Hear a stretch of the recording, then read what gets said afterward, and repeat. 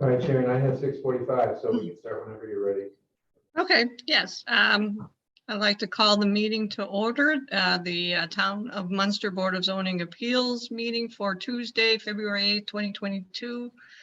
Tom, do you want to call the roll? Yes. Let's see. Daniel Buxa. Here. Stuart Friedman. Present.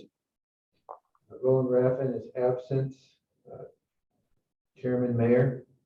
Here? Okay, we have a quorum. Okay, shall we stand for the Pledge of Allegiance?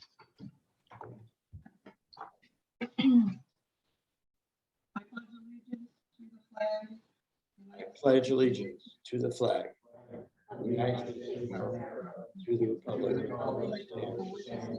one nation, under God, indivisible, with liberty and justice for all.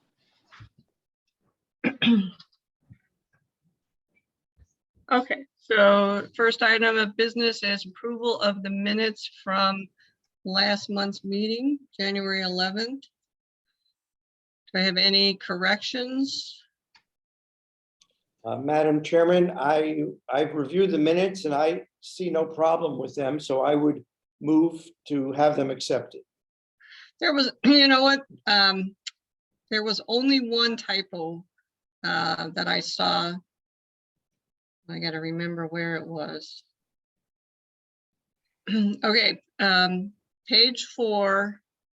Oh, maybe about 10 lines down where it says the light poles are 39 inches tall, should read 39 feet tall.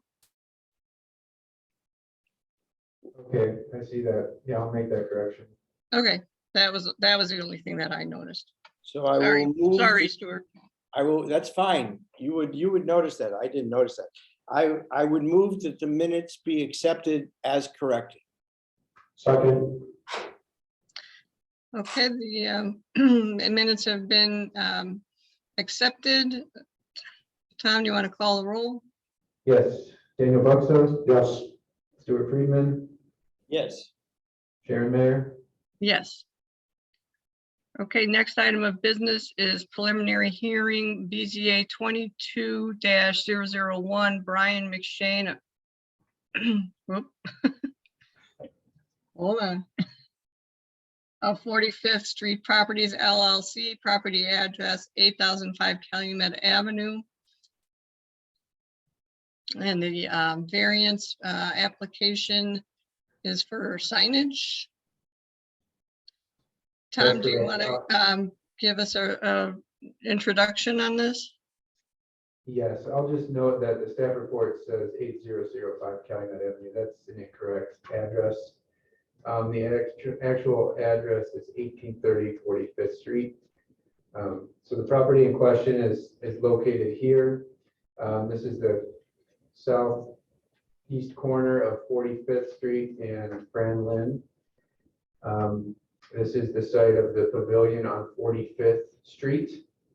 And the owner of that property, Brian McShane, representing 45th Street Properties LLC, is requesting variances from the sign ordinance in order to install some directional signs on the property and some sort of rear door signs on the back of this main building here, seen in this image. This is the site of the high-tech self-storage facility, and Mr. McShane has installed some directional signs at various locations on the property to direct customers to the rear of the building in order to access the garage entry area. And he's also installed some signs on the rear of the building indicating where those doors are. Both a map of where the signs are located is included in your packet here. You can see these circles. These are directional signs. And then there are two signs on the building, one here and one here. This is the location of the garage doors, as I mentioned. He has also provided some photos of these signs, so you can kind of get a sense of where they are and what they look like. I won't go through exactly where they are, but this is located kind of in the northeast corner. You essentially, a customer will follow these signs along the driveways to get to the rear of the building. And you can see here, this is looking east from Franlin towards the building. And you can see here that there are signs posted on the fence as well as on the building. Let me see if I can. It's on the back, it's not the one before. It's at the bottom. Okay, you can see here that there are these garage doors in the back. And so there are signs posted next to the doors. I'll just scroll back up into the report here and give you a brief overview of the types of variances that he's seeking. We do permit in our sign ordinance both directional signs and signs, sort of additional signs that can be installed on the rear of a building if you have a public entrance there. However, those are restricted in terms of both the size and the materials. So you'll see that if you look at this chart here, these are the variances being requested. The first is for a rear entrance door sign. The maximum area is 6 square feet. And they're proposing two signs, one on kind of each side of that section of the building by the garage doors, each of which is 32 square feet.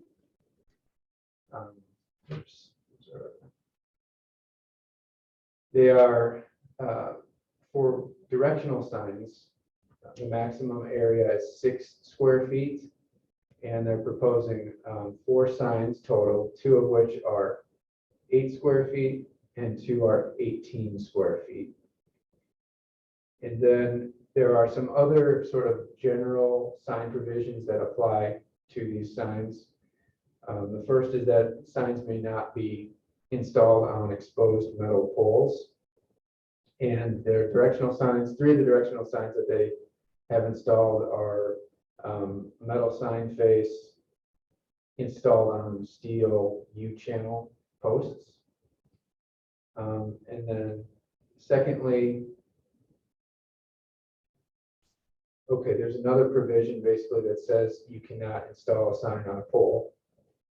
And they have 3 directional signs, as I said, mounted on steel U-channel posts. So this is basically 2 sections that say essentially the same thing. And then with respect to the materials, they're permitted to have a metal sign. However, the sign cannot be,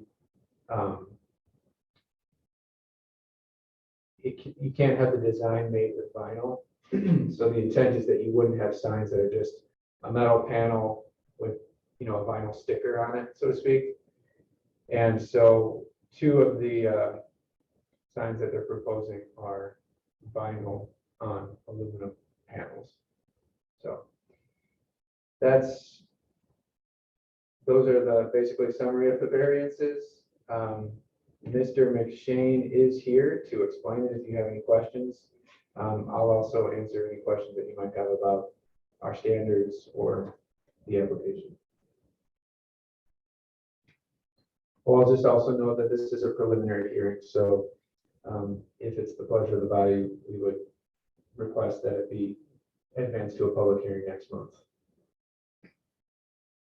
Okay, Yeah, thank you, Tom. I would just like to add the reason for the size of the signs is the size of the property. And when you do enter, and that's what some of the pictures show, is when you enter, you would not see the sign at all. You got very close to the sign. So in order to be able to see it at the distance of 300 to 400 feet, that is why we are requesting the variance. And plus the signs in the back, there's no property that has any retail establishment that can see the site. It's a dead end street. There's train tracks on the south. And at least the signage in the back, 2 on the building and 1 on the fence, pointing to where the entrances are, I think have no bearing on any neighbors seeing those. Mr. McShane, I know that, you know, we all know you, but for the Okay. record, could you give your name and address? Brian McShane, address is 9747 Wildflower Lane, Munster, and the business is at 1830 45th Street in Munster. Thank you.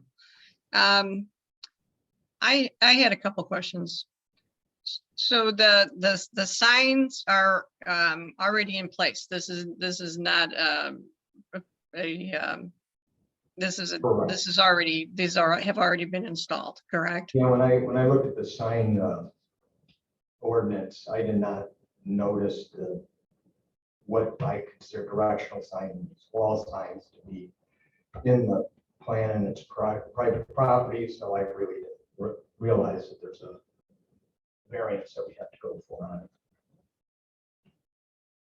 Okay. Okay. Any questions from the board?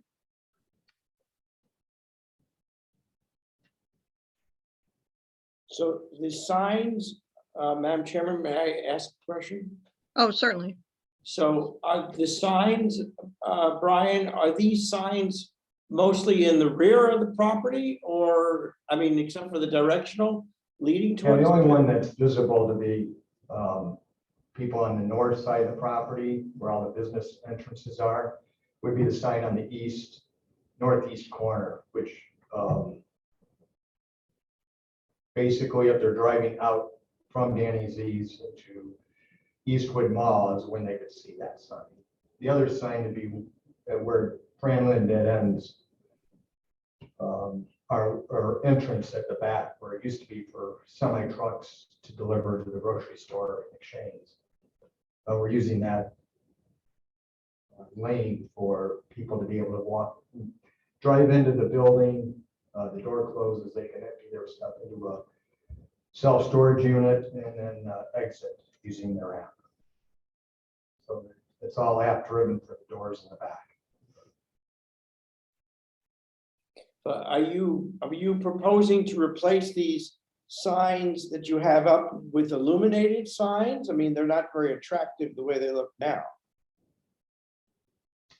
No, we would not illuminate. There's plenty of light back there. And I don't know what there is.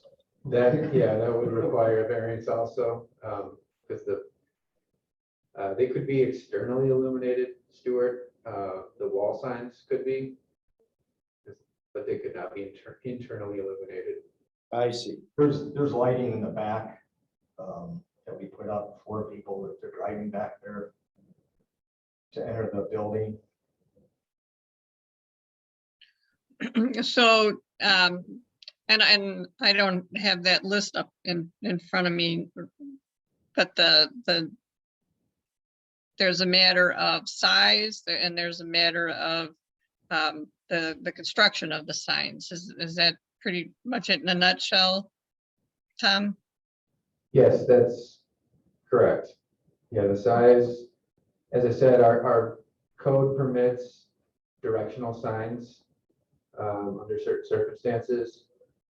And it's not, a permit is not required actually to install them, provided they comply with those sign standards for size. And the reason we have that is to say, to make an allowance for situations where, yes, certain amount of direction is needed for customers and for the safety of people. But we don't want,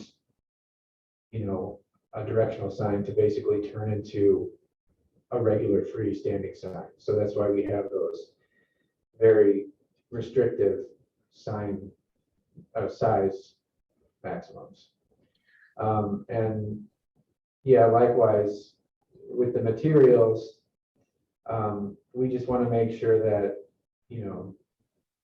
temporary signs are not being used as permanent signs. So if you're going to install a permanent sign, it should meet certain, kind of rudimentary, very minimal material standards.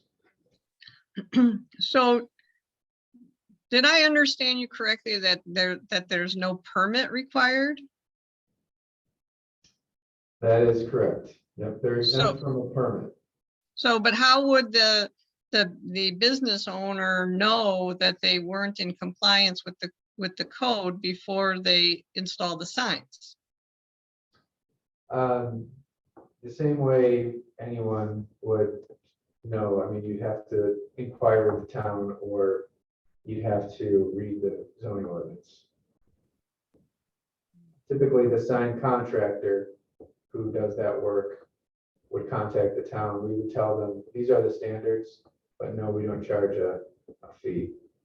But there's no review either. There's no formal review connected to a permit, but there is a review. So I guess what I'm getting at is that the business owner wouldn't necessarily know that they were buying signs that weren't in compliance with the code, because there's no review process. Well, they only know that a sign needs a permit in general if they contact the town or if they read the code to determine whether or not something needs a permit. So yeah, I mean, it's the same thing. It's just, we just don't have a permit required for those. Well, so and we can take this up at the next month at the public hearing, but I feel like the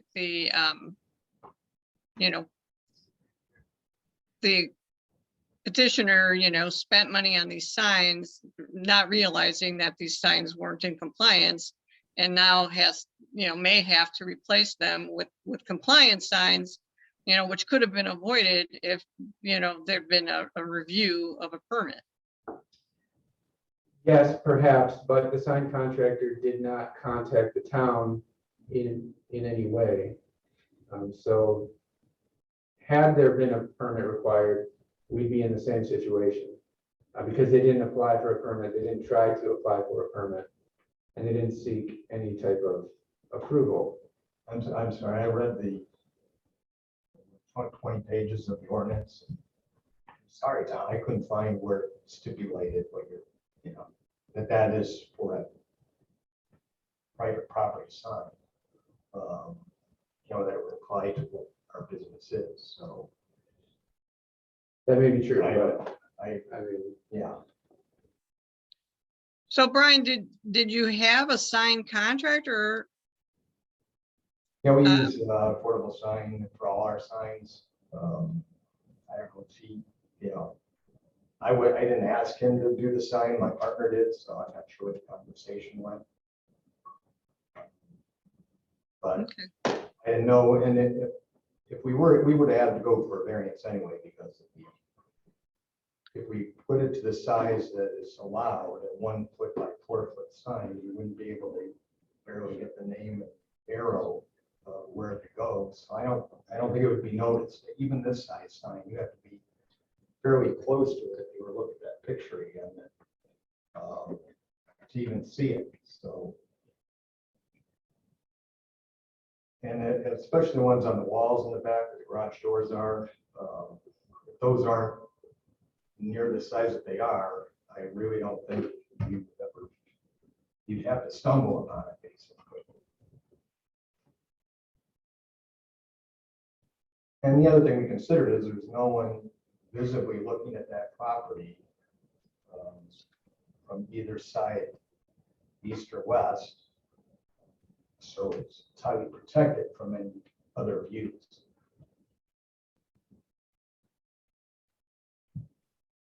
Okay. Do we have any other questions, board members?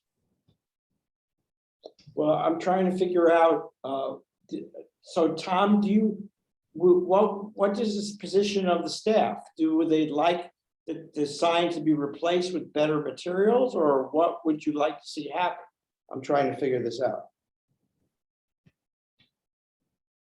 I mean, I can tell you what the ordinance requires. It's that directional signs comply with these standards for size and material. Do I think that there's a case to be made that, maybe a larger sign is warranted in the rear where it's, needs to be seen? Yeah, I mean, I think it's a reasonable request. But I do think that historically, the board has always stayed pretty true to the material requirements for signs. And the material that you would like to see as opposed to what is there is exactly what? So I understand what's going on here. There's a myriad of different types of signs that could be installed. I mean, I think Brian himself actually provided an example of a directional sign that was installed at Franciscan Hospital here on Calumet Avenue. You just compare this sign, which is an actual, finished sign with posts that are actually integral to the sign versus something like this, which is just a metal panel mounted on two steel U-channel posts. I mean, it's not really, this is something that we would approve as a temporary type of a sign, not as a permanent sign. Okay, now I understand. So is the petitioner agreeable if we granted the variance to replace these with signs that are appropriately posted with the right materials and not look like these temporary signs? Yes, I would agree with the northeast one. I'm not sure about the southwest sign because unless you're driving down a dead end street all the way to the end, you're not really not going to see that one. But and the poles could be what that one is.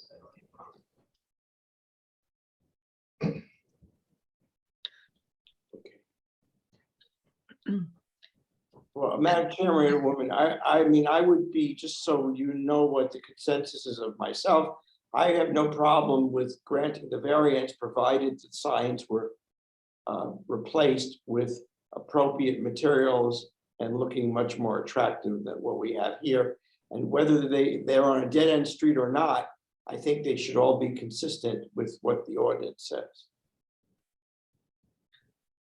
So that's my opinion. Madam Chairperson, Yes, if there are no other points, I would like to make a motion to set this for public hearing, provided the petitioner comply with all the town's notice requirements. do I have a second? I will second that motion. Very good. Tom, we have a motion and a second. Will you call the roll? Yes, Dan Buxton, Yes. Stuart Friedman, Yes. Sharon Mayer. Yes. Mr. McShane, if you'll work with Tom and send out the notifications, we will see you next month. Very good. Thank you very much. Thank you.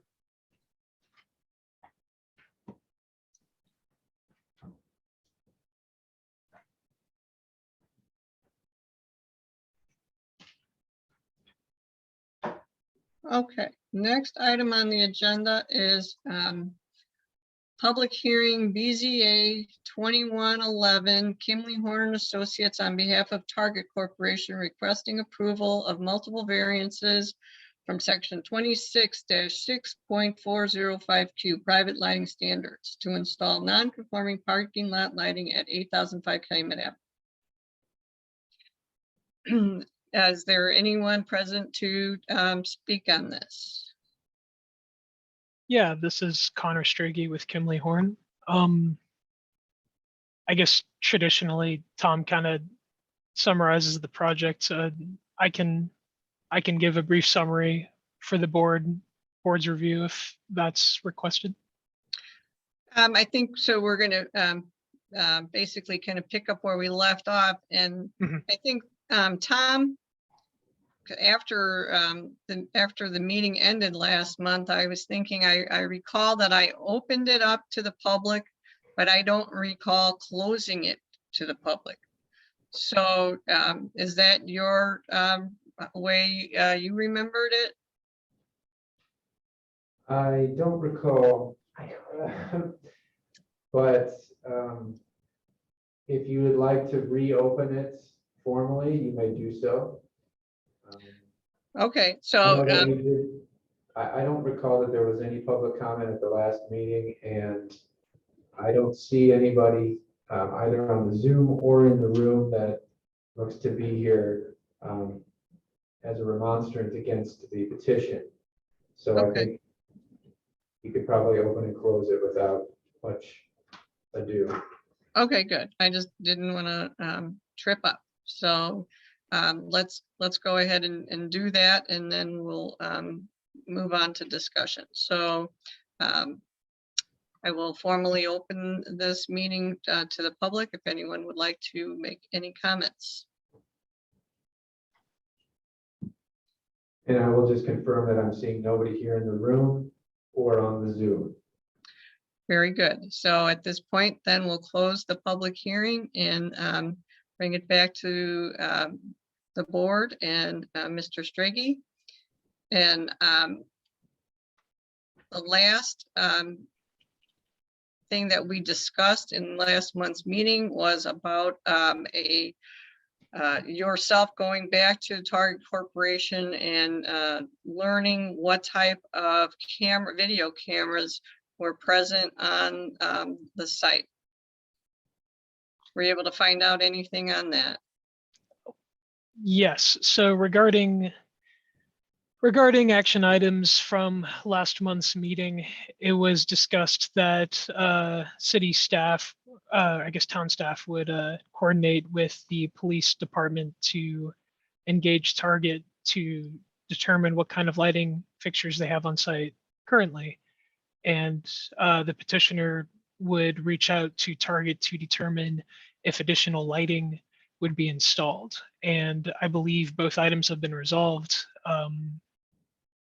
It's my understanding that the deputy chief of police, correct me if I'm wrong, was able to evaluate the site and determine that the existing cameras are in compliance with what they would expect. The petitioner received a request from the board asking for additional security cameras just as an additional security measure.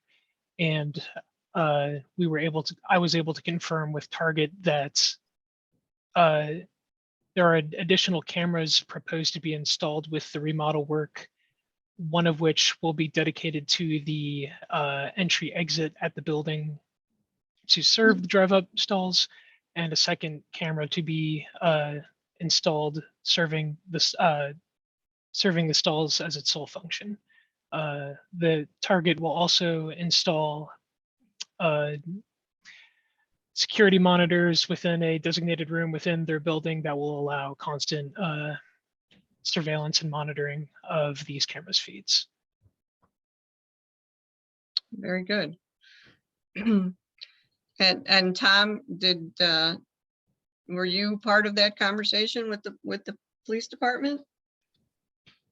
Yeah, I spoke with Lieutenant Dan Broman about the Target site, and he had, in our conversation, he said essentially that, yeah, there is currently security cameras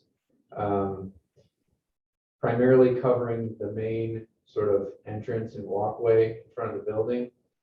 And by their standards, that would be acceptable and is acceptable. But he did say that if it were possible, it would be desirable for Target to add some cameras that focused a little bit more onto the parking lot and to the, that driver order pickup area, specifically because there is going to be merchandise moving back and forth in that area. And So that's what we communicated back to Target, or back to Connor, and he spoke with Target and sent back the confirmation that they would do that. The police department has reviewed that and finds it to be acceptable. Okay, very good. So as I recall at the last meeting, the board had indicated that they were pleased with the idea of having additional lighting and additional security. And that was, as far as I recall, the only outstanding issue that the board had wanted to be addressed. So the the thing that's kind of lingering is the shoebox light. I think they were going to add, was it, you were going to add 2 shoeboxes to 2 poles that were in that drop off pickup area. Is that correct? Yes, that's correct. Two additional fixtures on 2 existing poles for 4 total to be added. So the 2 shoeboxes that are going to get added to each pole are going to be added at the top of the poles, or are they going to be in the center? That's correct. They'll be added at the top of the poles. The existing fixtures will be modified to allow sufficient space for these fixtures to be added. So the discussion, that we kind of circled around quite a bit about the light fixtures, the current pole lights that are 39 feet tall in the parking lot, and the fact that the current code, has a maximum height of 20 feet. In order to, if you were building that Target store today, you'd end up with probably 3 times as many pole lights that are 20 foot tall rather than what you currently have on site. So quite a large difference to obtain the same lighting foot candles that you have on site now. So the question is,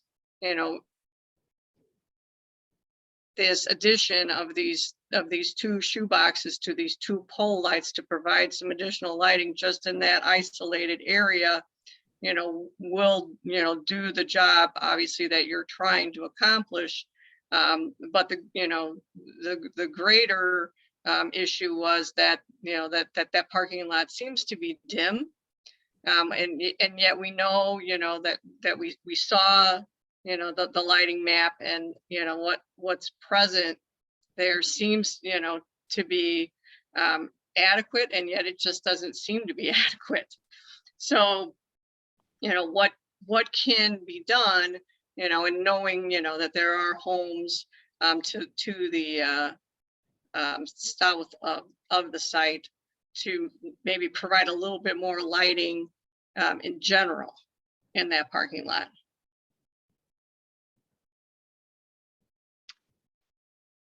Well, if that question is directed at the petitioner rather than the board, I guess the answer is pretty simple. If we're looking to add additional lighting, we would be looking to add additional poles or fixtures. All sorts of variables play into that, as I'm sure you all are quite aware in terms of if the fixtures would be compliant per code, pole heights would be compliant per code, foot candle measurements, etc. At that point, if the discussion is to improve the lighting in the existing parking lot with the residential homes to the south in mind, I would look to the board to ask what the board would like to see done. Well, we don't want, or in my opinion, okay, we don't want you to tear up the parking lot. So adding more poles isn't the solution. Maybe adding 1 shoebox to more poles just around the close proximity to the building, not in the outlying areas, might help with where the most people park. that would be something that I would think would, be a good solution. Okay, that noted. I'm curious if it's worth a discussion with other board members to see if that's representative of the board's view.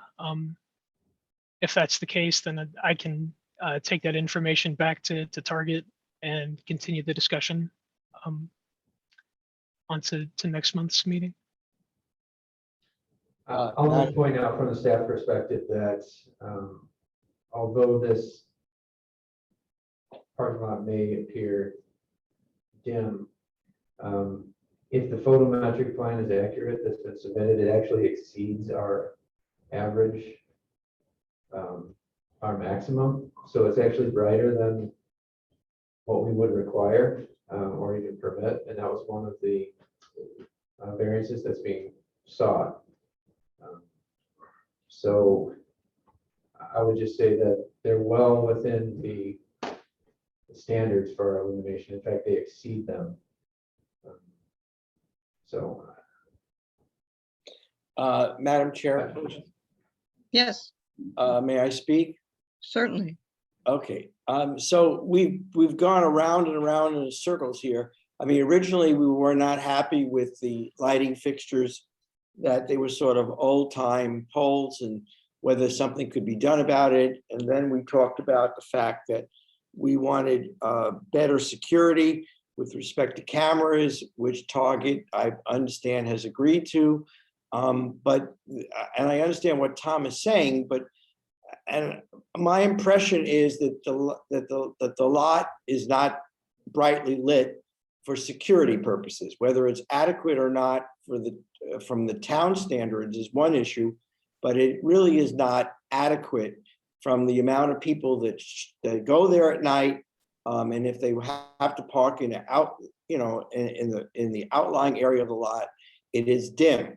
And so I would think that if the petitioner wants to get an opinion or a consensus of the board, I would be in favor of better lighting, however way that can be done in such a way that it's economically feasible to Target.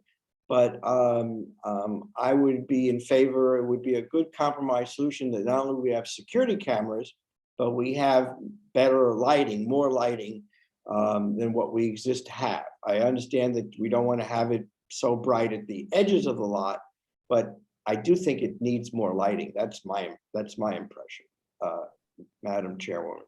Thank you, Stuart. Mr. Buxton, do you have any comments? I have a concern that the town is asking the petitioner to exceed its standards as represented by Mr. Vanderwood. I don't know about the appropriateness of requiring a petitioner to exceed those standards. Understood. But I mean, in that the petitioners, is making, this drop off and pickup area and wants to, increase the lighting just in that area. I think, to broaden that that area around that very specific area isn't out of the question, or asking too much. sorry, was that a question to me? That was more of a statement. Oh, I mean, the addition of these poles or these fixtures will illuminate the front of the building, right? I mean, it's going to be very bright underneath these fixtures. If you look at the photometric plan, you're looking at 13, 14 foot Can you put candles. that on the screen, Tom? Sure. Let's see.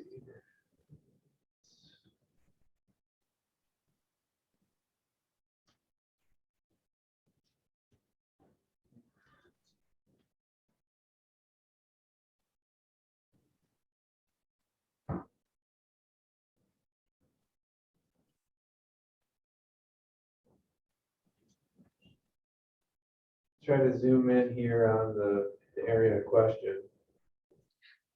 Yeah, can you know what, can you zoom out just a tad though? So that you can get all 6 of those fixtures in. So that's basically the front of the store, right? Well, Those- the front door is here. This is. Right. The front door is there, but we're not gonna add lights there. We're only gonna add them to where that drop off and pickup area where, you know, most of people, regardless of where they park, have to walk in through the front doors. And so they have to walk through a dimmer area than where the pickup and go area is. Yeah, that's true. However, these lights will increase the overall illumination of this. Well, bay, parking bay. half the distance it will. And I'll just point out that the existing is, as you can see, 3.5 foot candles. That's quite bright. I mean, that's well within a normal parking lot standard. Can Our- you zoom out more, Tom? So we can get that whole front area of the store.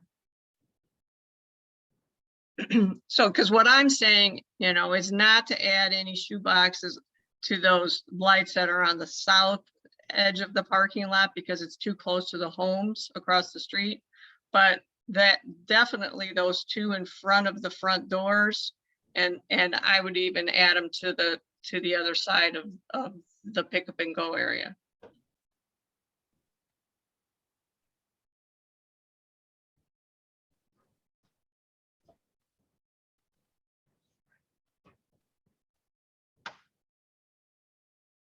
So the suggestion, just to clarify, is to add additional fixtures here to these four existing poles. Yes.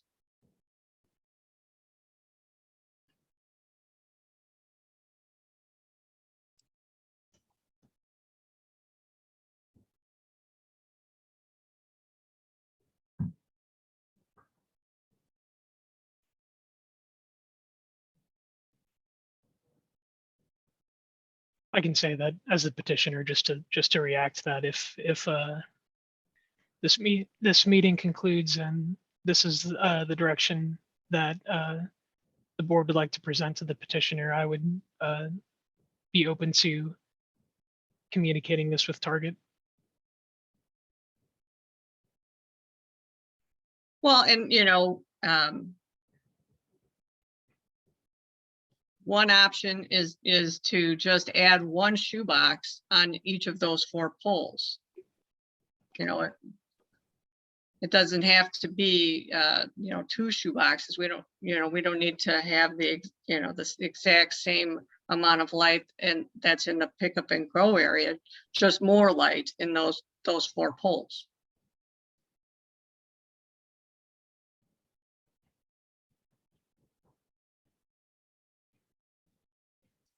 So,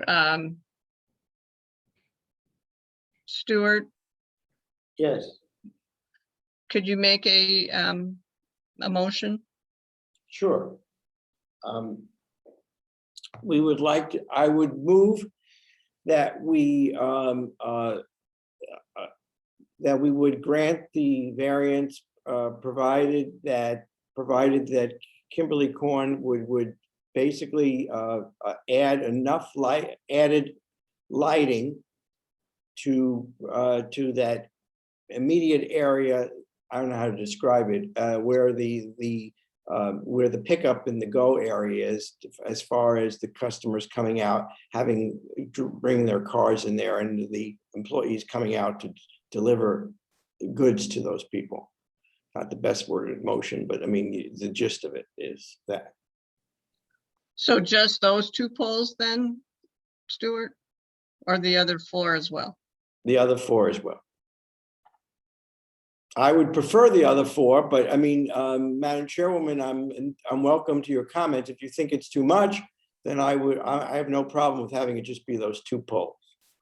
Well, I think it should be all 6 of them, but that the 4, you know, that are the two on either side of the two that they're proposing could be to a lesser degree. Instead of adding two shoeboxes, just one would probably be adequate. I have no problem with the chairwoman's approach. So I asked for that to be added to the motion.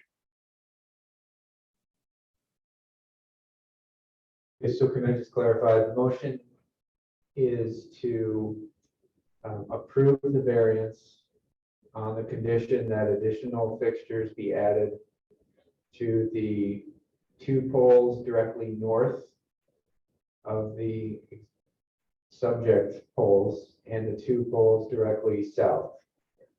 Is that correct? Yes, That's the motion. thank you, Tom.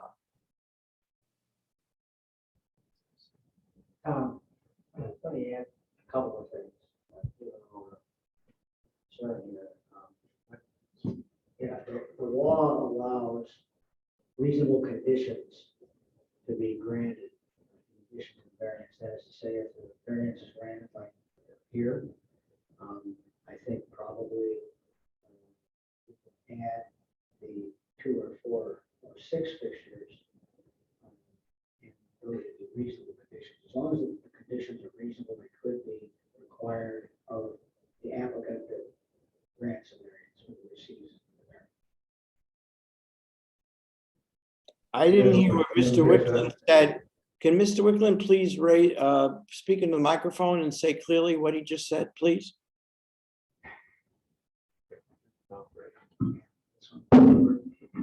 So what I said was, you could grant a variance and then attach reasonable conditions to the granting of the variance. The reasonable conditions in this particular case could involve those things discussed by you and Chairperson Mayor. I think that's one way of accomplishing, I think, what everybody wants. Okay, thank you. You're welcome. Do we need to include in the motion anything about the security work that Target was committing to? I have no problem with adding to the motion the understanding that they were going to install an additional 2 security cameras, as I understand it, to those poles. That was my understanding from what the petitioner stated. I would like to jump in to clarify that there would be between the 2 cameras, one added to the drive-up parking area and then one added to serve the dedicated drive-up door at the Okay, building. thank you. Okay. Mhm. Tom, did you get that? I did, yes. Okay. So do I have a second to the motion?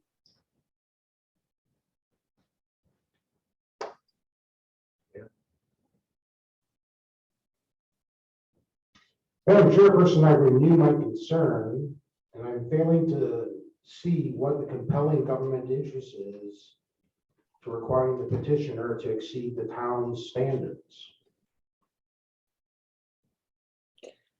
May I speak to that for a moment? Absolutely.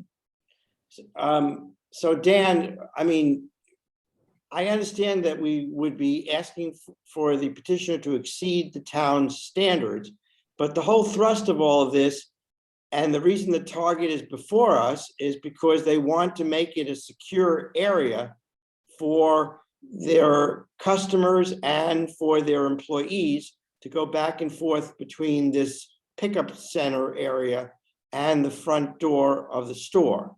And we've discussed the fact that, at least I don't think that the lighting is adequate to provide that security, even though it exceed, even though it is adequate from the town's standards.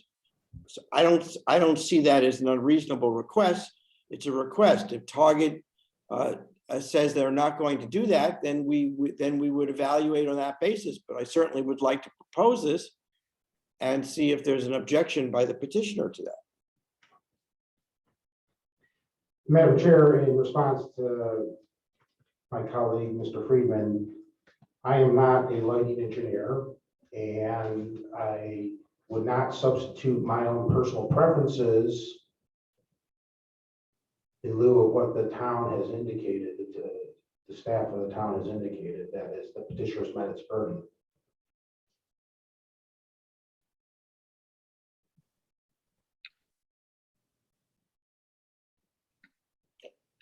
Okay. Well, Is, Mr. Wicklund, is the chairwoman allowed to second the motion, or she is prohibited from doing so?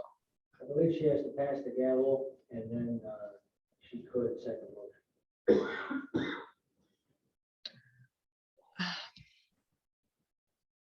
I'm not asking you to do it, Madam Chairwoman, I'm just raising the issue.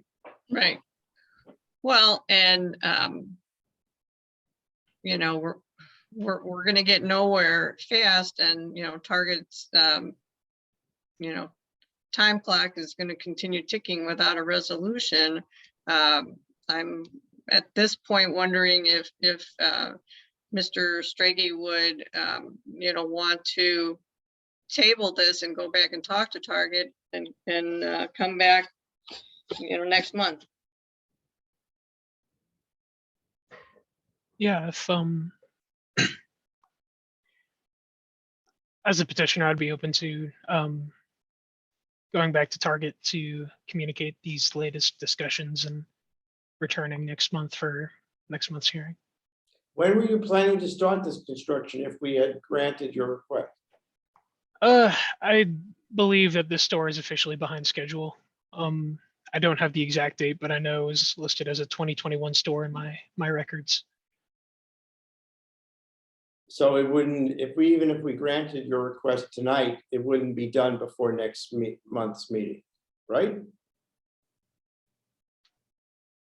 The work. Well, if the direct question is even if you were to approve tonight's variance request, the work wouldn't begin until next month. I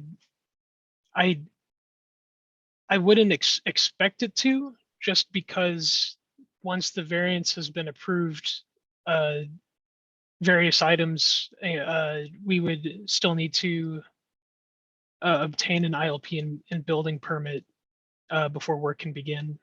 Not that. So for clarity, the pushing back a month does mean that the construction is pushed back a month. But I do not think that the construction I do not think it's feasible that construction would begin within a month from today, to try to answer the question as directly as I can, and Okay, also to speak on the issue as I believe was intended. okay, I just wanted to understand what was happening.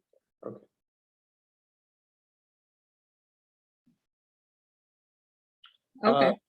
Okay. Madam Chairwoman, then I would, obviously the motion fails for a second. I would move to table this matter until the next BZA meeting to give an opportunity to the petitioner to gather more information and inform the town and us. Thank you.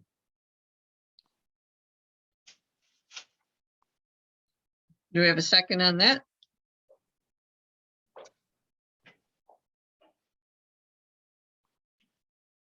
I guess, Madam I just- Chairperson, sorry, go ahead. Madam Chair, Yes. I would like to offer another motion.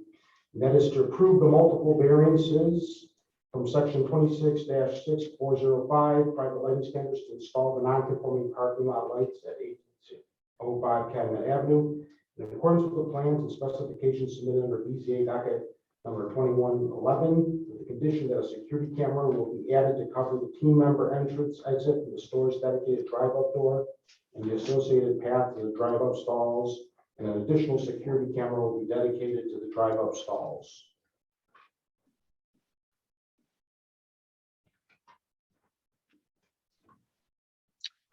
Do we have a second on that?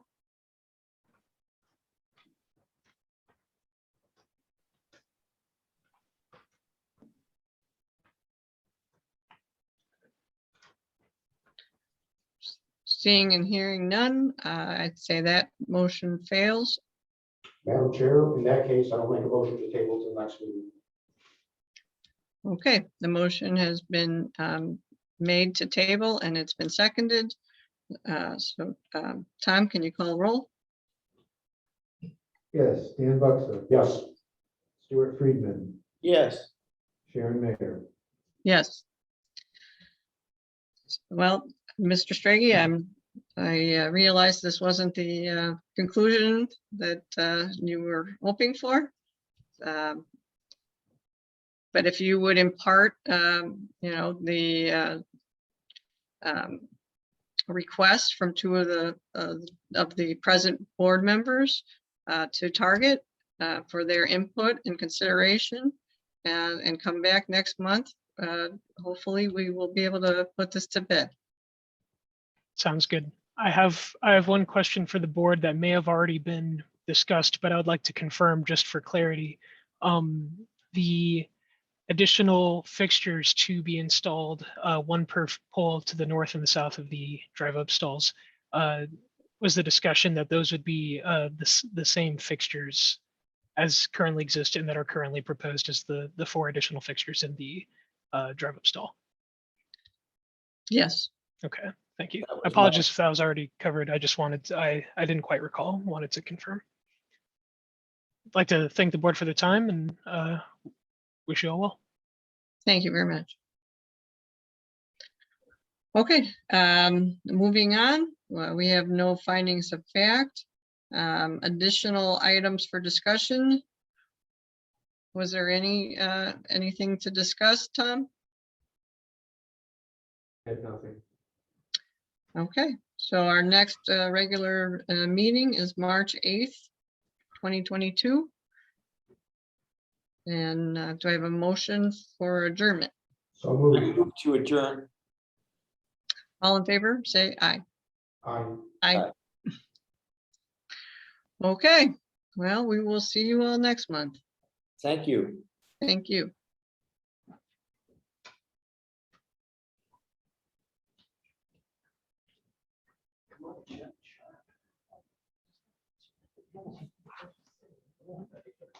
Jen Arnold.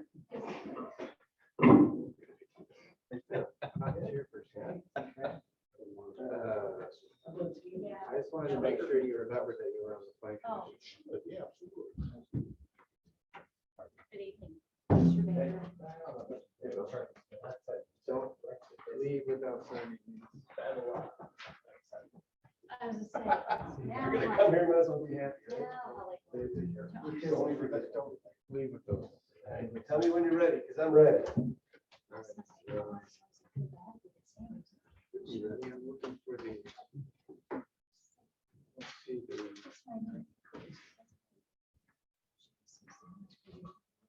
door's not lost, is it?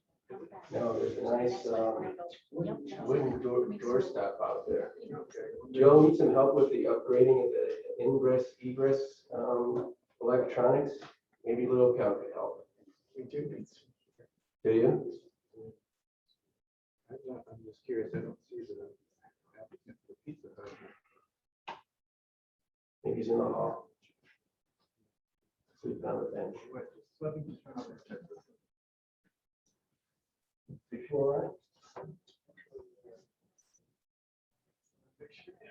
Yes. Because you don't want to ease into it at all. I mean. trust me. Yeah, that's fine. I got it. Oh, did you? Well, good for you, I guess. It's so far out.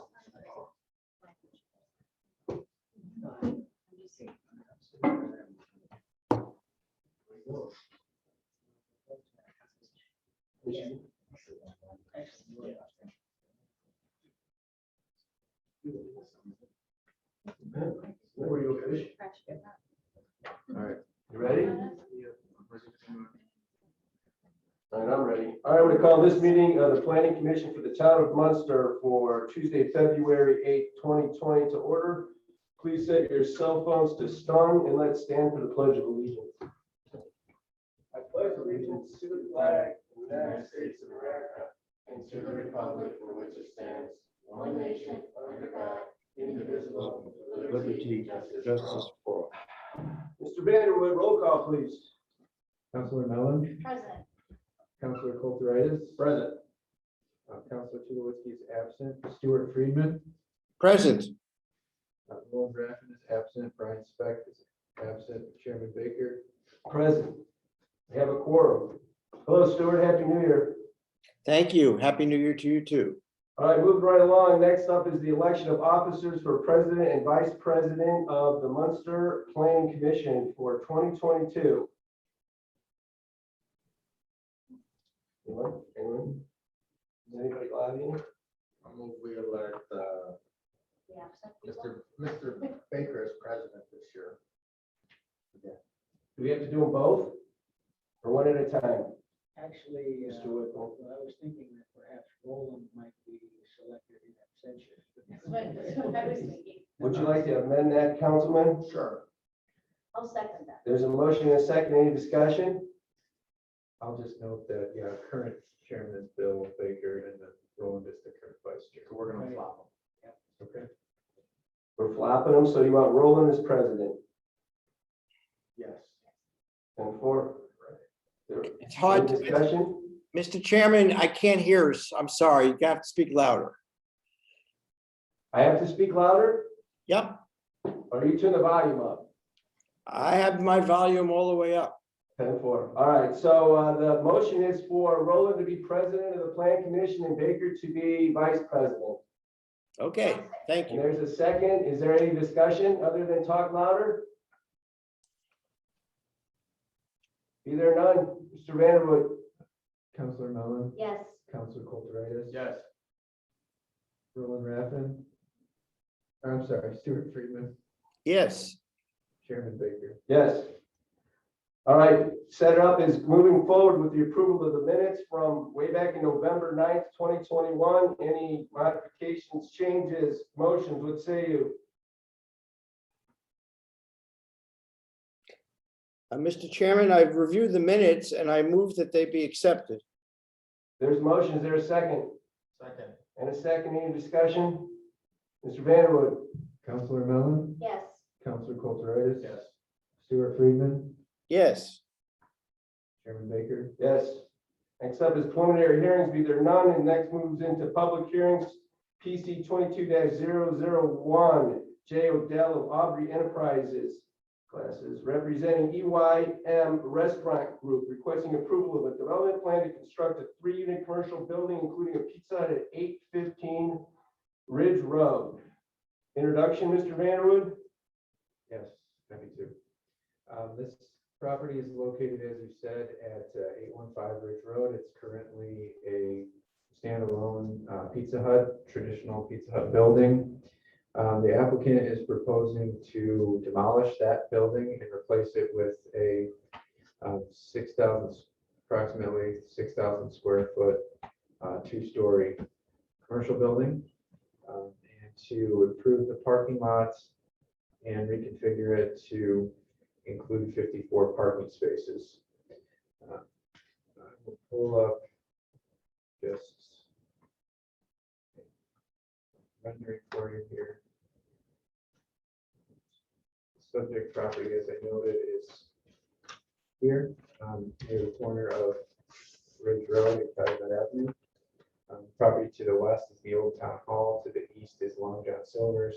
You can see it's kind of an odd shaped parcel, but it has access to this parking lot to the north, and then cross access to the east and the west.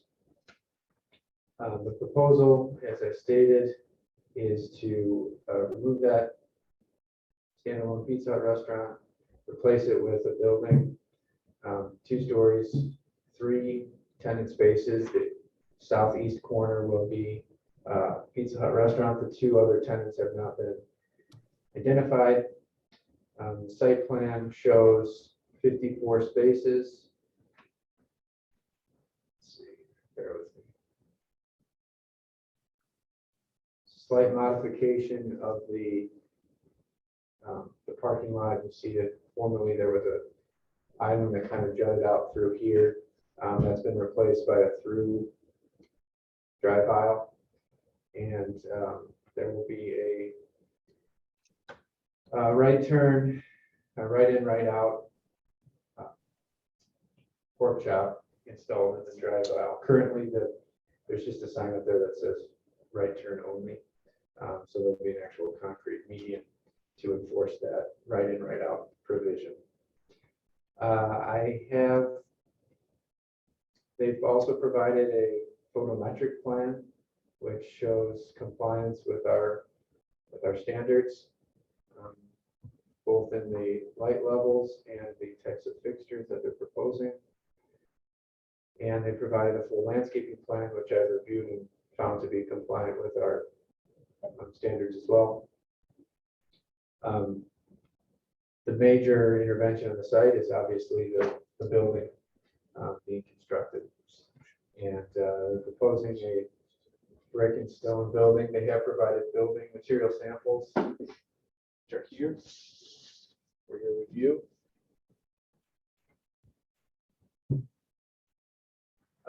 There's, in addition to the building standards that we have in our zoning ordinance, and I put a long chart in the report that kind of describes those.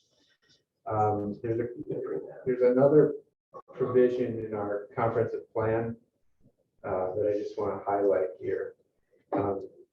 If you remember our 2010 comprehensive plan, it identifies this area in question as the site of a future town hall square. And if you think about where we are here, this is the town hall as it exists currently. This plan suggested that there would be a continuous roadway connection between Calumet Avenue and the front of Town Hall. There are a number of reasons why that's not the case right now, one of which is that this building is continuous, and so therefore it couldn't be here. But in keeping with the comprehensive plan, we're recommending as a condition of this approval that an easement be granted on the north side of this property to allow for the future road connection if the town decides to move forward with that plan. We wouldn't be doing any modification to the site plan as it's being proposed. It would just give the town the option in the future to reconfigure that to allow for that road. I'll just point out that there are some policy recommendations in our comprehensive plan, which this proposal has pretty well met. Specifically, it talks about consolidating curb cuts and providing shared access points. This proposal has an existing cross-access easement with the property to the west of the old town hall. So it's retaining that connection point. Let's see. That really covers the first two.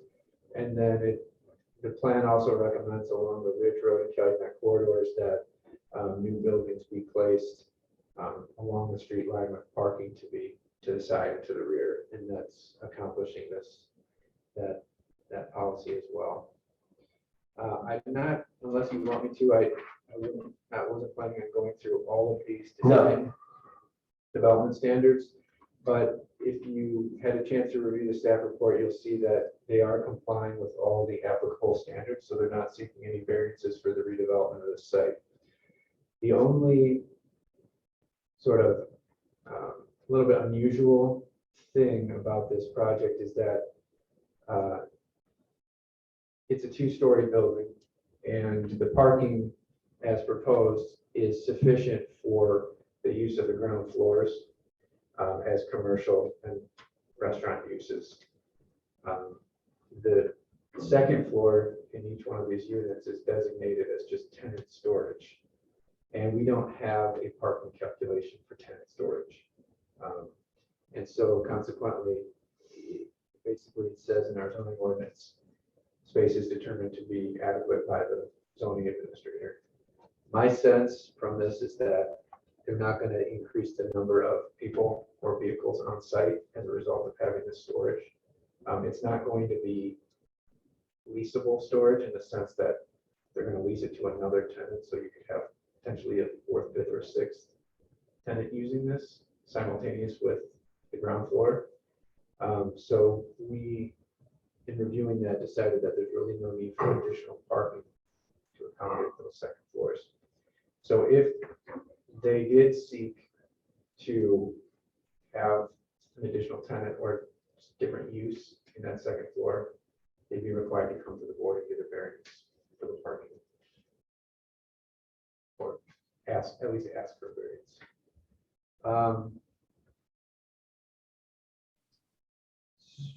That really is essentially the. That's it? All right, well, we'll hit you with some questions. Don't worry, Tom. Before you bring the petitioner up, is there any questions for Mr. Vanderwood as it relates to what's happening here? Still, you're gonna have to wave your hand, man, because I keep forgetting you're in there. No, I wasn't talking loud enough. All right. I will, I have a question. With regards to the new building being a larger square footage, I'm assuming than the existing, is there a requirement for a stormwater plant? And when's the last time anybody looked at how that setup was? Because that is a unique layout. yeah, so the way that we looked at it is if it's an already developed site, unless they're increasing the amount of impervious surface, they don't need to provide additional. Even though what about the footprint? It's not the footprint of the building, it's the overall impervious surface. So nobody looked at the stormwater. Yeah, Jill did. Jill did, okay. Is the second story, I heard and I understand with regards to that, and maybe this is for the petitioner, but are there plans for them to put HVAC up there and condition that space? Because I'm looking at you, as soon as they condition that space, they're gonna build it out and want to put a tenant in there. That's a question, I do not have the answer to that. Okay, I'll ask them. And then the facade, did they come to you for the facade request, or was that something that was just presented to you as a part of the development plan? Can you clarify what you're? The look of the building. So they designed the facade to comply with our zoning standards. You may recall that there was a proposal a few years ago to build a new Pizza Hut. It looked a lot different. This was before our zoning ordinance was revised. And we went through a couple different iterations of this building to get to this point, and they've met all of our design standards. Thank you. Okay, is there somebody here to speak on behalf of the petitioner? Please come to the podium, state your name and address, please. And if I can interrupt one. Absolutely. This is a public hearing. I did receive a letter from the neighbor to the west indicating that they wanted to speak at the public hearing. I see that they're here to speak. So, Yes, sir, thank you. Yes, sir. Jane Odell with Aubrey Enterprises, address 6036 Metcalf Avenue, that's in Overland Park, Kansas. I am the engineer of record here representing EYM Realty of Indiana. Tom is here as well. Yeah, Thomas Fuquam with EYM Pizza. I'm the director of operations, so anything from an operational standpoint, I can help with. So first of all, I'd like to thank you all for your time. We know there's other places you guys could be, so we do respect that. We'd like to thank Tom for all of his help in making sure that we were compliant. I will say that we do these all over the country, and this is a very unique building. This isn't our prototype building, and you guys should be proud of that, because it means that we want to be here. We want to invest in the town. And with that, just a little clarification, there was some stuff about the second floor. This, to my knowledge, is the only building that we have that has that, and that's to meet your guys' requirements. So there's no real operational need for that. It's just so that we can make sure that we get us approved, we get it built, and make it happen. Like Tom said, we are not seeking any additional variances or things like that, and we have no issue with the stipulation. So with that, stand for questions. Okay. Any questions for Mr. Odell?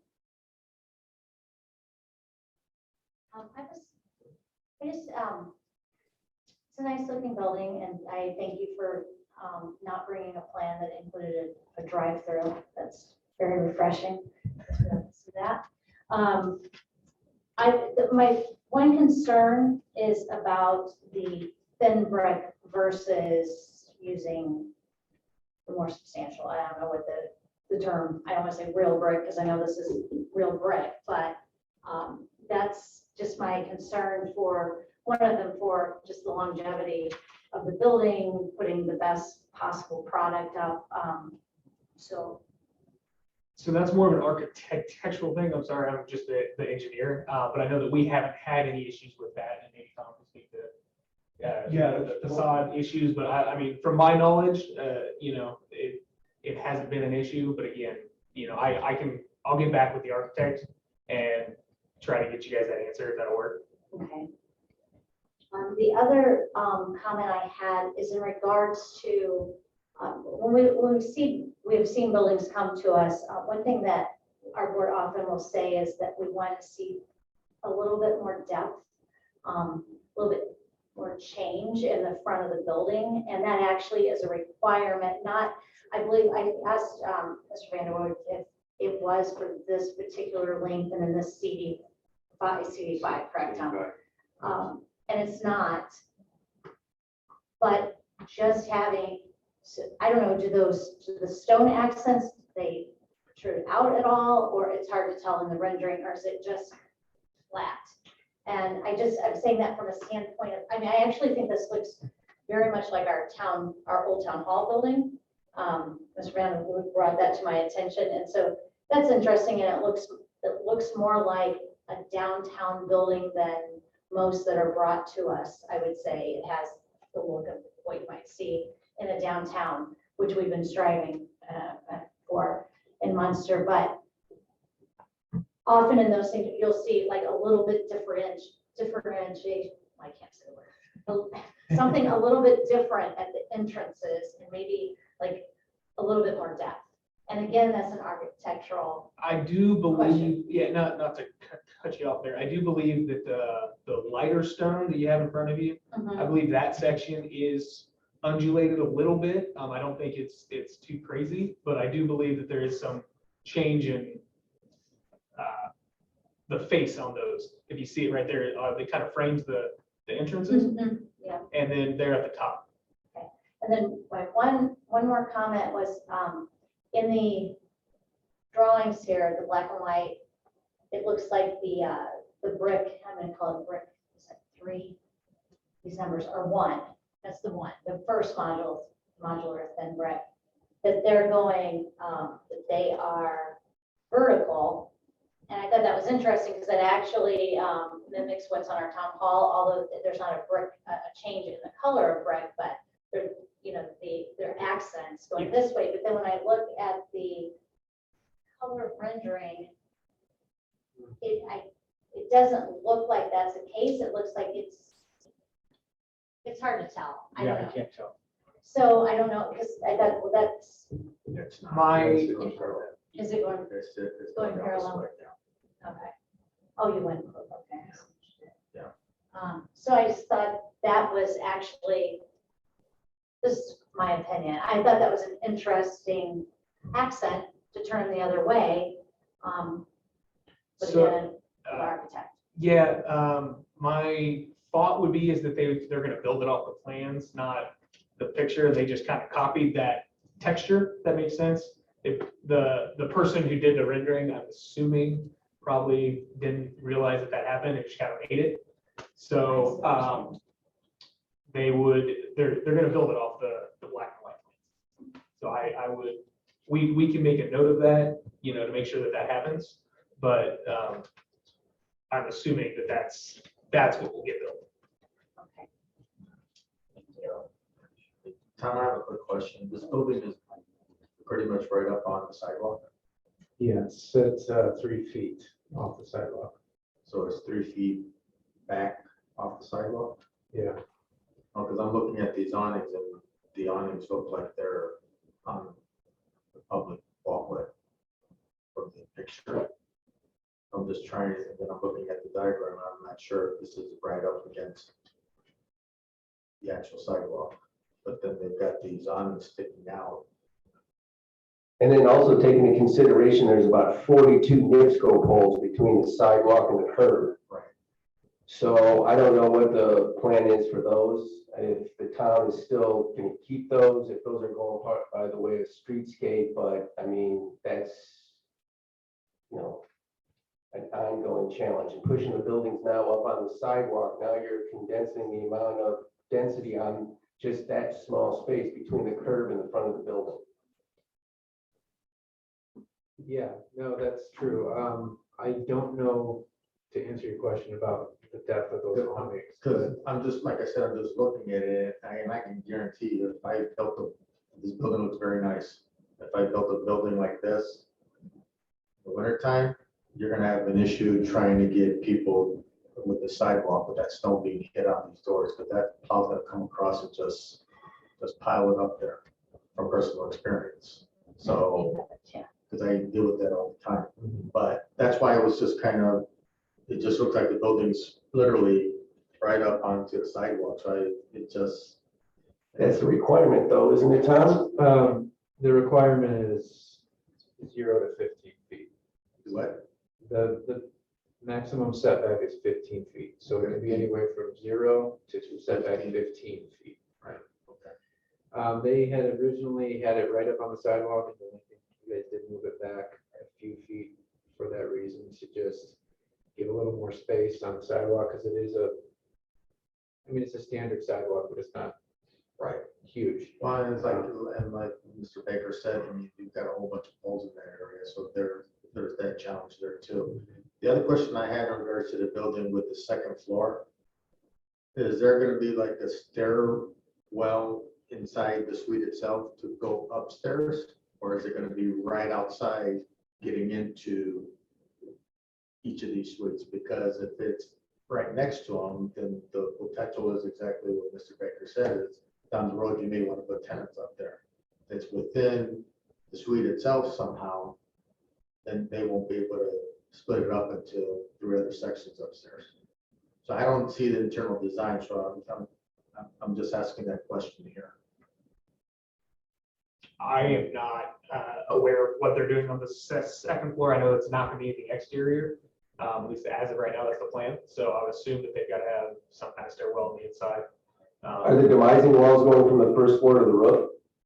I am not, again, I'm sorry, that's part of the architectural plans for it. So, you know, if they set those firewalls between tenant suites, they have established that. So one of my questions is, well, go ahead, Councilman, only finish. No, you can roll right now. Go on. So it is, you know, are you setting rooftop units for 3 units? 3 suites? Currently. So you have 3 rooftop units, so you've established the square footage, so you are building demising walls if you're putting 3 rooftop units up there. So obviously we'd like to see how that lays out. With regards to the second floor, do you know whether or not that's going to be air conditioned? I'm assuming it is. If you're putting a rooftop, all right, you might want to take some notes, Mr. Odell, because you're going to have to see these things coming back. You got it, okay. I mean, the facade, that's great. Did you ever look at the Munster shops where Panera is and those? That has a little more detail and provides a little bit more pizzazz as it relates to the aesthetics as opposed to what you have here. There might be some challenges with snow on your levels because it does snow here too. I'm sure just like it does in Kansas, it'll fill up with snow. I don't know what you're going to do with that if people are supposed to be walking in. Is the premise that they come in through the back door or through the front door? Patrons. Front door. Front door, next to the curb. Correct. So if you're walking those in, and how to protect them when it rains and have inclement weather and still make it aesthetically pleasing. So don't know about the second floor. The facade, it does nothing for me. I'm sorry. I think it's very plain. Also, the pork chop. You're an engineer. You can go up with the pork chop. Correct. What's the height? Is it a standard town regulated pork chop? What's going to prevent me and my dually from going over the top of that if I want to make the left turn? Because if you went out there and looked, it's really, really busy right there. Correct. And it's a 6-inch curve. Like we talked about next to the train station, Tom, I gotta flag that because that's gonna be a challenge. Same with the fact that we're looking from a town perspective of putting a turn lane in there somehow to be able to do that or no, or is it just gonna stay the way it is with the pork chop and we're just hoping nobody's gonna turn left into there. As far as putting a barrier median on Rich Road, No, there's no. Okay. At this site, Right. by the train, I believe there is. And I noticed in the building too, on the west face, there's no windows. Correct. So it's just a full brick wall facing the Old Town Hall. If I'm a tenant, I don't know what your depth is, but I only have a back window and the front window. That might be something that would help with the aesthetics as well as helping you to lease that space. I didn't see a signage plan, Tom. Is there a signage plan in there? There's only conceptual drawings of the signs. The signs would be submitted under a separate permit and approved by the town. Be required to meet our standards. Okay, because this is being a unique site and the directional and getting people in and out might have some additional requirements to be able to make sure people aren't going to be able to try to go left out of Pizza Hut like I want to do every time I leave there. So how is that going to be? Where are you going to send me? Yeah, I mean. So I think that's more of a safety concern than it is anything other than, people that don't live here and going through all of this. Operationally, sir, may I ask you a question? How many delivery trucks do you keep and how many folks stayed in park overnight? No one's parking overnight. Okay, so you don't leave any, they're all private vehicles that do your delivery? Yeah, they're all private vehicles, and so there's nobody there. Deliveries are twice a week as far as like a food delivery, you mean? Right. Yeah, we get truck twice. And those deliveries are obviously gonna come to the back, so Yes, there's. they come to the back. So when my kid comes to pick up a pizza, is he going to the front door or to the back door? Front door. Front door. So is there dining as well? We'll probably have a few seats, but it won't be like what you see now where it's full of dining room. There'll probably just be some limited seating. Limited seating, like how many tabletops? Probably three. Maybe Three four. tabletops. So there's no place to sit really. Well, it's based on our dining projections. All right, so then the parking is I go to pick up my pizza, I gotta go up to the front and then walk all the way around to the back where my car is parked because everybody else parked in front. All your other tenants. There's a side door, Mr. Baker. Yeah, on our side door that will have both, so you'll have two entrances to come through. Could you show me a picture of that on the, Mr. Vanderwood, so I could see how close it is? Because I thought it was like pretty, yeah, it's right next to it. Okay, You're gonna be able to park right across from where the car comes.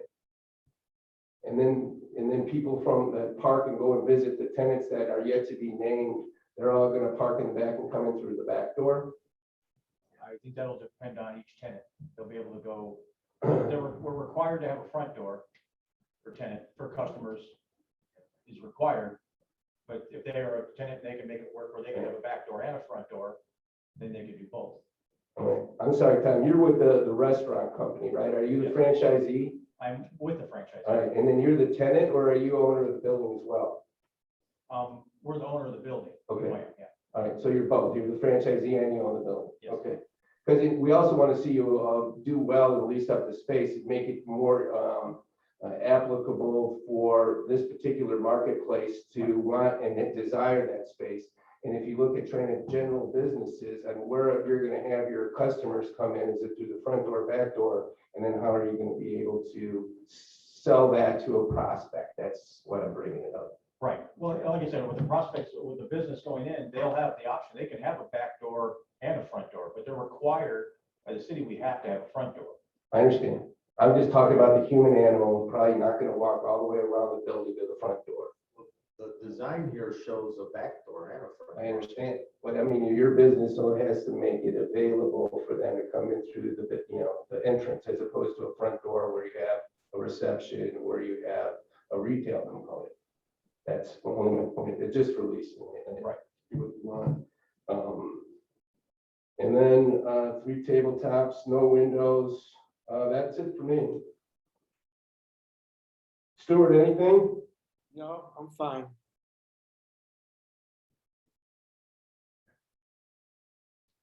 All right, thank you. Thank you. All right, this being a public hearing, next up is I'll open this for the public to speak. If you're interested in addressing this petition, please come up to the microphone and state your name and address for the record. Is there anybody hanging out in Zoom land, Tom? No, there's nobody. Dennis Larson, 1846 45th Avenue, Munster, Indiana.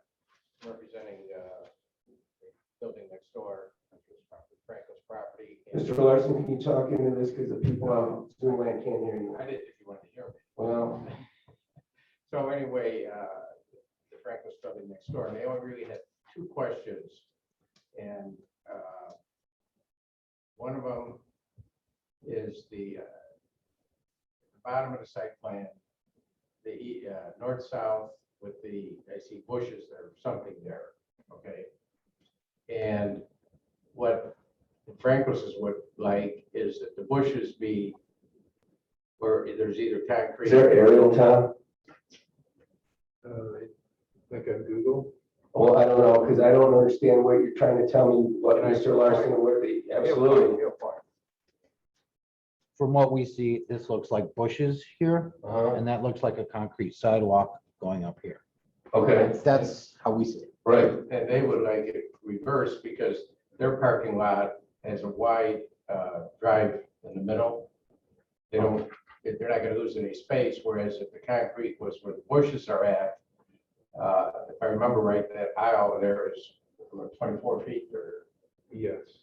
and so they could, you know, the tires could go up to the concrete and they'd pick up another foot, foot and a half to the driveway.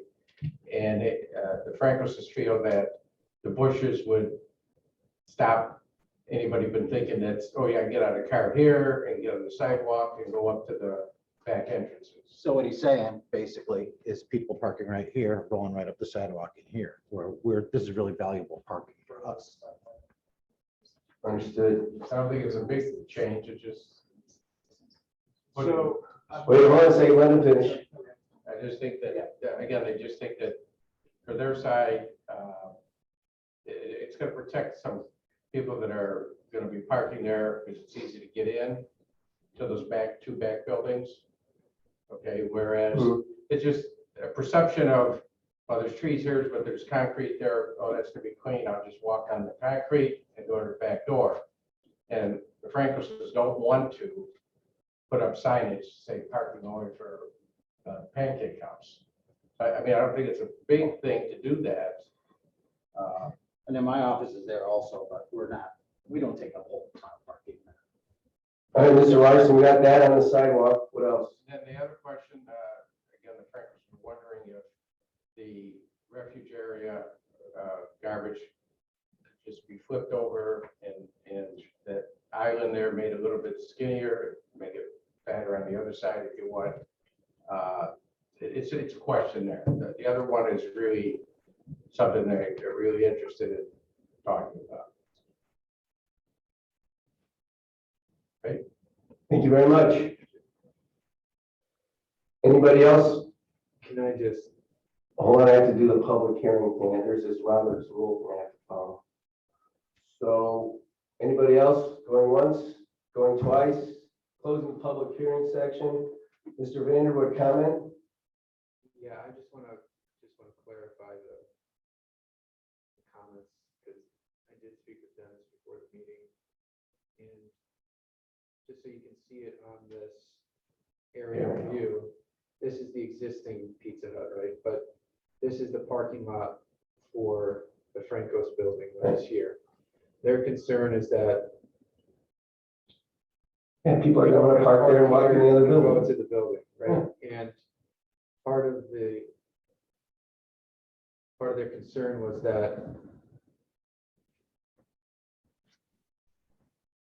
that this area here would be paved and give the impression that someone should park here, walk on this sidewalk down here. And one of the things we talked about was that this is not in fact a paved sidewalk area. It's a lawn area. So this will be grass with, as it correctly noticed, a line of shrubs here. So this is not a sidewalk right here.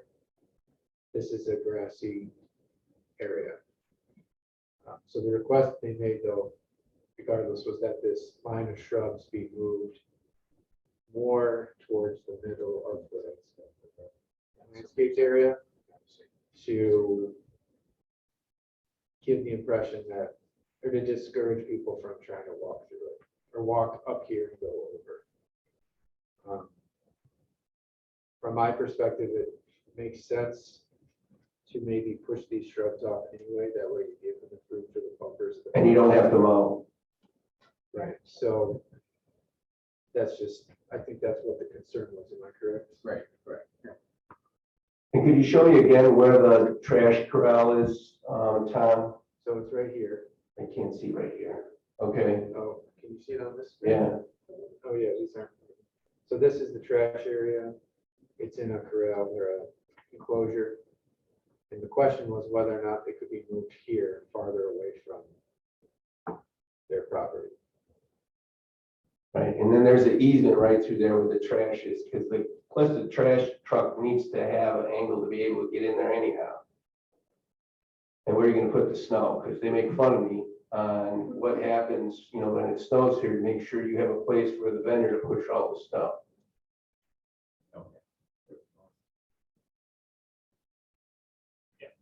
Okay, any other questions? Got a lot of stuff. So Tom, as far as the trash bin area is concerned, and to the point of the radius of the truck, this was looked at by internally by staff, and it was that, I mean, so this one, or was it not? As far as the location right there, whether or not it would be accessible to a garbage truck. I mean, to do a direct, entrance into it, truck could pull through here and access it from here. We didn't have them do like an auto turn type of exhibit on it. We don't usually do that for a garbage truck. Okay, We just do it for like a fire truck. Yeah. But, if this was put into a place where it couldn't have a garbage truck pull in and immediately pick it up, the other alternative is that the trash hauler get out of the truck, pull the dumpster out. So there's different ways to do it. I would say just from that perspective, it's probably, and I don't know the rationale behind it, but I would say it's probably better to be here than to be here because this is pretty tight. Put it in the back 40, but then that's a long walk for the employees. That was where they had originally put it, but yeah, it is a long walk. Well, safety first. Just out of curiosity, you mentioned about the easement, and is there a particular way, because I missed the site plan in one of the meetings with regards to that drive, we were talking with the garbage. Is there a particular reason it doesn't have a continuation? You put that jog in it to get into the Long John Silver site? The reason that jog is in there is because there are some fixed points here, which are this area. I mean, this is already, Because that's awful close to the drive-through for the fish place. right, so this, if they were to relocate this to align this, it would interfere with the property over here. And that's Long John Silver's property? It's the property owned by the, I can't remember what that plaza is called. So that access point to Long John Silver's is where the current access point is? Yes. Yes, So, and that just goes into a parking lot and all it's a different landowner? Is that what you're telling me? Is that why moving it to 8 feet is, because it's just, right. So this currently aligns with this drive, and they have this property owner has parking along here. So in the past, when we had different conversations with Pizza, we have asked the different property owners about the option of relocating these access points, and we've never been able to. I mean, this is perfect connectivity that I sit in a jillion meetings about, and then we're gonna let it slide. well, in a perfect world, we'd have all of this entire thing, we'd have everybody come together and have a moment and rebuild everything and redesign it all together, and that. No, but we're just redesigning this. No, I know, but if the other property owners don't want something moved, we can't do that, correct? Dave? Right. I mean, I would like to see, I'd like to. Did somebody reach out from the town? We have, yeah, the first time they came through. Yeah, we didn't try the second time. Well, I just think supply chain and COVID, things might be different. Okay, And to be honest with you, it makes more sense for this to be here. And then this to actually be farther south. Because this building is here, right? So if this were up here, it'd be a pretty dramatic jog. well, the whole area is dramatic. I mean, there's no doubt about it, but we're just leaving it. Well, we're working on it one side at a time. Okay.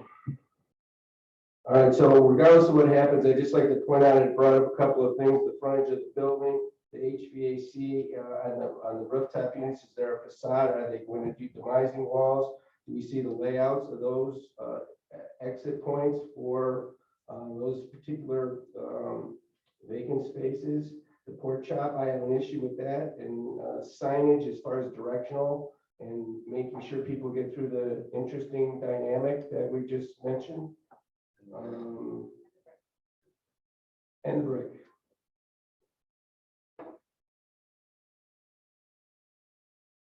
And the location of the trash drop. So this is where we make a decision and do a motion or table it or come up with something to move forward.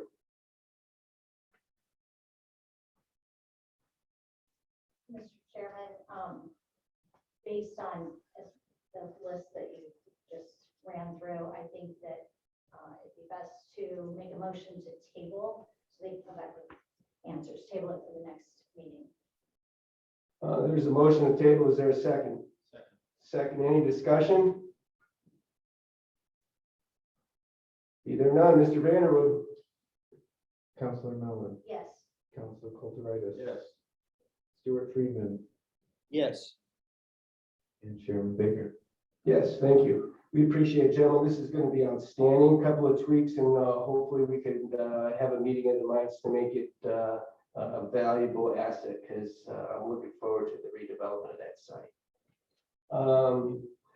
Next up is findings of facts, be there none. Next up is other business, additional items for discussion. Mr. Vanderwood, the comprehensive plan update.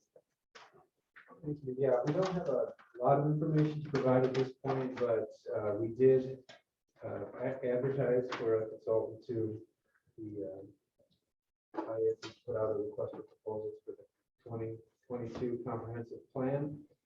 I'll just report that we did receive 6 really good proposals, and we're reviewing them at the staff level.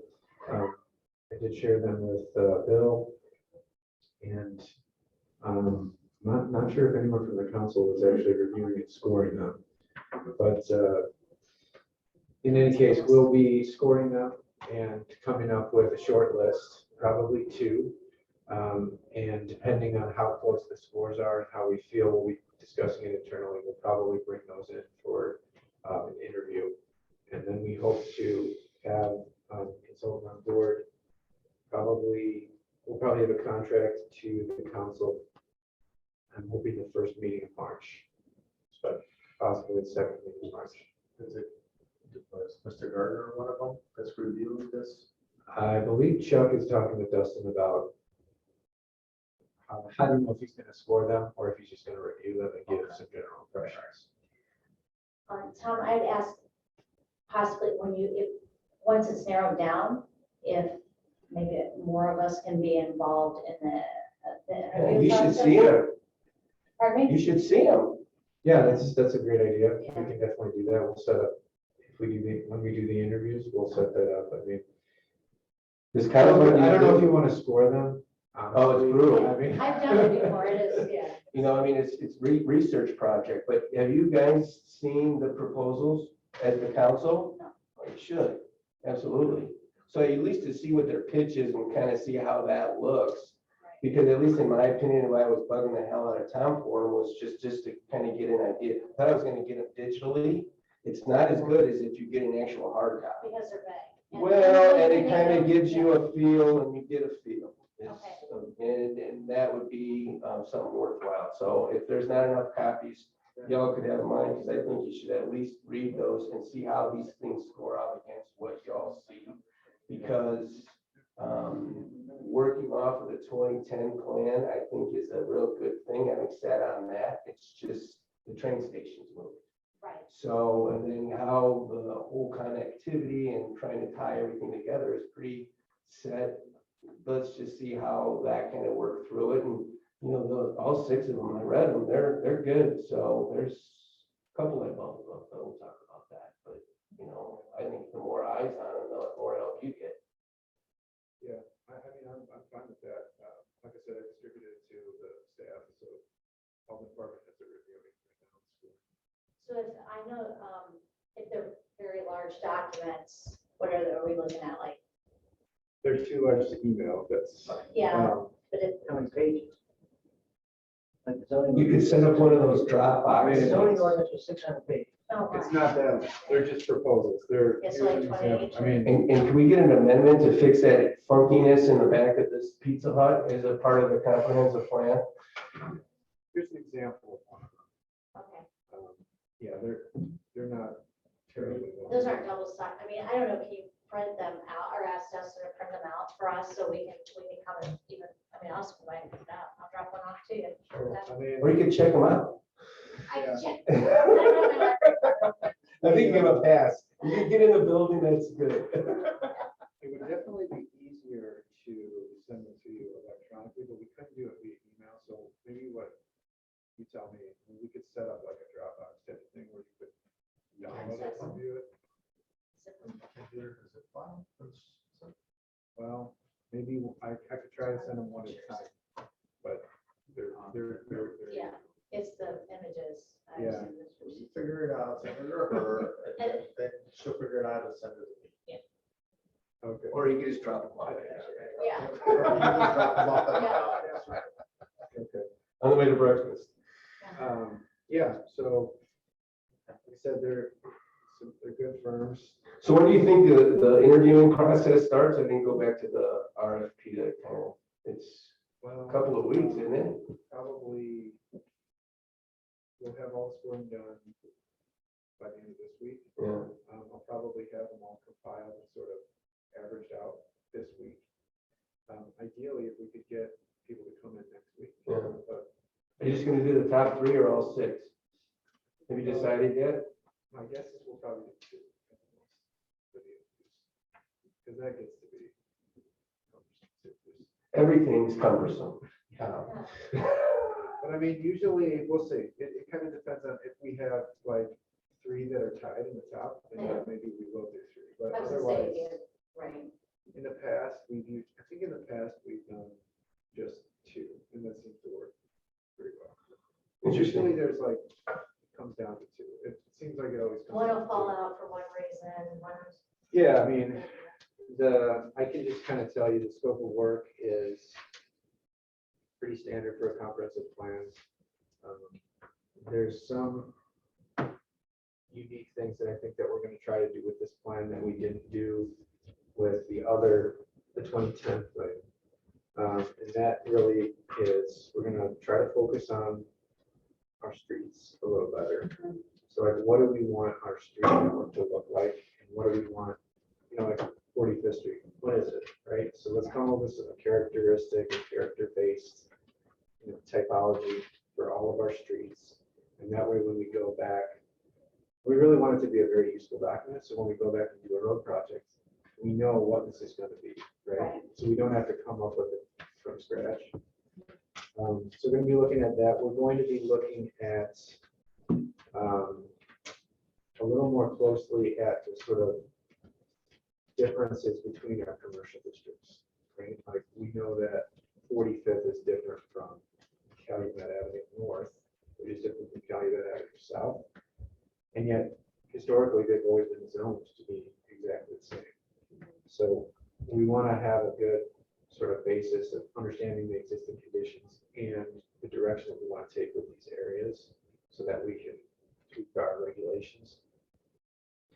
And the other big question that we're going to be looking at is mixed use, density, these types of things. So we're asking for a capacity analysis for residential, commercial, what can we realistically expect for these areas?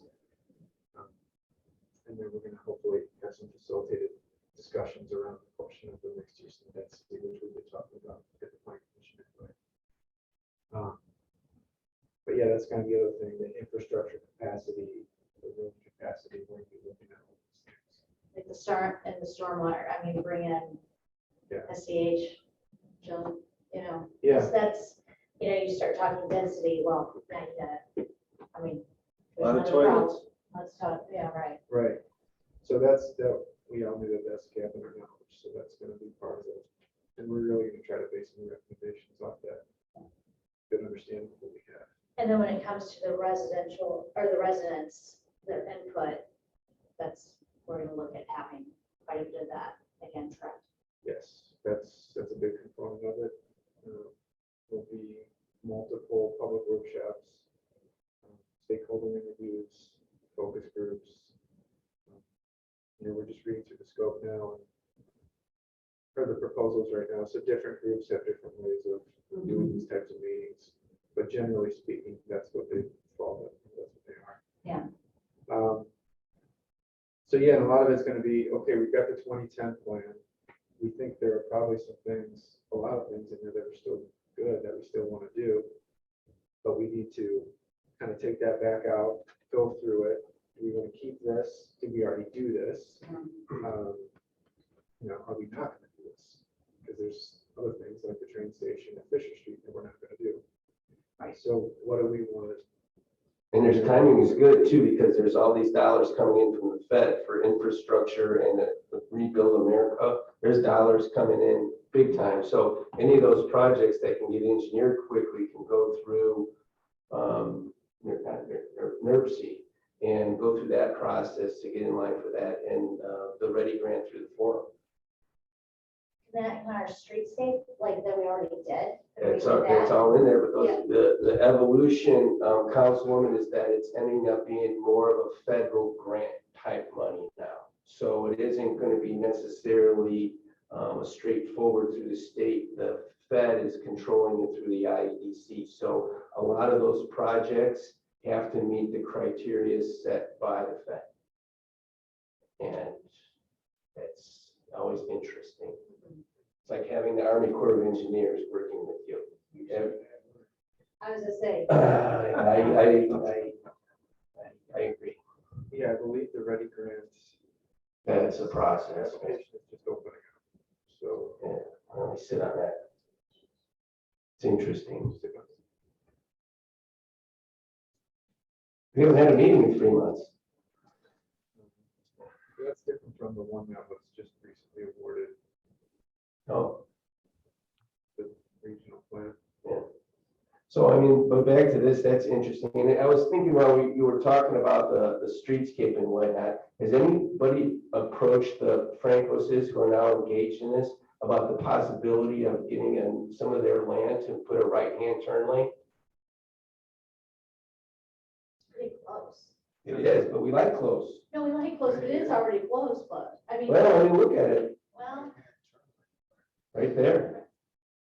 there is more room than what I always feel like, oh, yes, there's more room than what I. Look at all, we don't want that grass. We want it to be a sidewalk next to the curb. So it feels more like. Like it downtown, Yeah. yeah. So if you were to take a Can't change look your at the mind on that. streetscape plan. Oh. I believe in the streetscape plan, this is a right-hand turn only lane. Right, I mean, I'm thinking of another lane there, I mean, it's gotta help, I mean, it's just egregious there, Tom, I'm sorry. I mean, you avoid it, so, you know, and then I was thinking too about the no left turn into Pizza Hut. Since we have so many wires and, you know, Change something. absolutely, no left turn hanging over the I will tell street. you, it doesn't matter if you say don't turn. Yeah. Yep. But hey, you know, at least you say, you got it up there, so when they crash into it, you know exactly who did the wrong deal. And that won't No, I work, like because it. that's no I problem, you think can't plow. you put nails. I mean, Throw snowballs at It's, Bill, to your question about the barrier median, if we put it. No, I don't want a barrier. Then nobody can turn left. No, into- yeah, you'll never, that's absolutely not. The right-hand turn lane will help alleviate some of the stacking problems Wait a minute, you can't turn left where? into Pizza Hut. If we put in the barrier median, You would be, able to turn left into. In the Dairy Queen. or Right, you can't do that. No, that is. so I want to try to expand They don't it make so it you so could much have a turning lane down the middle all the way till it turns into a left turn. Saying still a little bit of that corner. And then also take some of the pressure off of westbound by doing at least a little vent to, you know, go into that area right there, because there's nothing but electrical poles, it's just money. And you got a whole bunch of money, I read. Well, I'd like to bury all those posts in NIPSCO. Right, Only but if we're that's, willing to. but you know, one bite at the apple, councilman, and that's, councilwoman, that's how I'm looking at it. So as these things come up and we can go through it, we can kind of tie them all together. And No, I that get it. intersection is a hub. I just say from an urban design perspective, I think it's gonna look really great. When you have this two-story building right here and US Nails right across the street. Yeah. It's gonna start to have that. Closed in feeling. Yeah, exactly. Well, that really, That's what it looks like. it's a nice, those wires, I know, but. But look right there, see where the entrance is into the Pizza Hut? Look at that pole. So now you pile a bunch of snow. I just did it tonight. And there's a bunch of snow there. You could almost not make the right turn to stay into the lane. It's bad.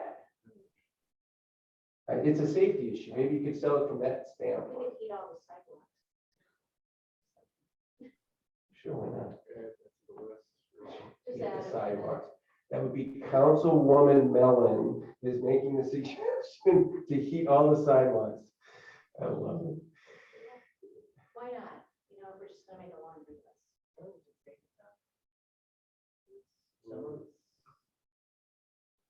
All right, so is there anything else, Mr. Vanderwood?